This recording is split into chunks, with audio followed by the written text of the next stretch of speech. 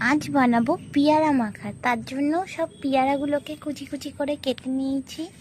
আর এদিকে নিয়ে নিয়েছি লেবুর পাতা, লেবু, জলজিরা, ভাজা লঙ্কার লবণ আর ভাজা জিরে গুঁড়ো। এবার মাখাটা শুরু করি। শুকনো লঙ্কাটা ভালোভাবে হাত দিয়ে মিশিয়ে গুঁড়ো গুঁড়ো করে নেব। এবার এটা পেয়ারার মধ্যে দিয়ে দেব। এবার দিয়ে দেব জলজিরা।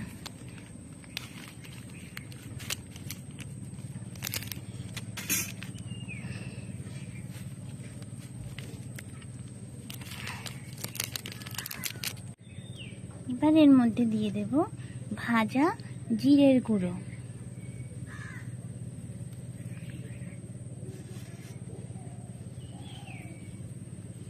তারপর দেব অল্প একটু লেবুর রস।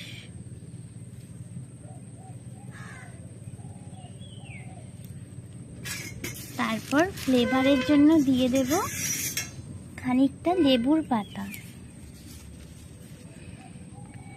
এবার এটাকে মিক্স করার পালা।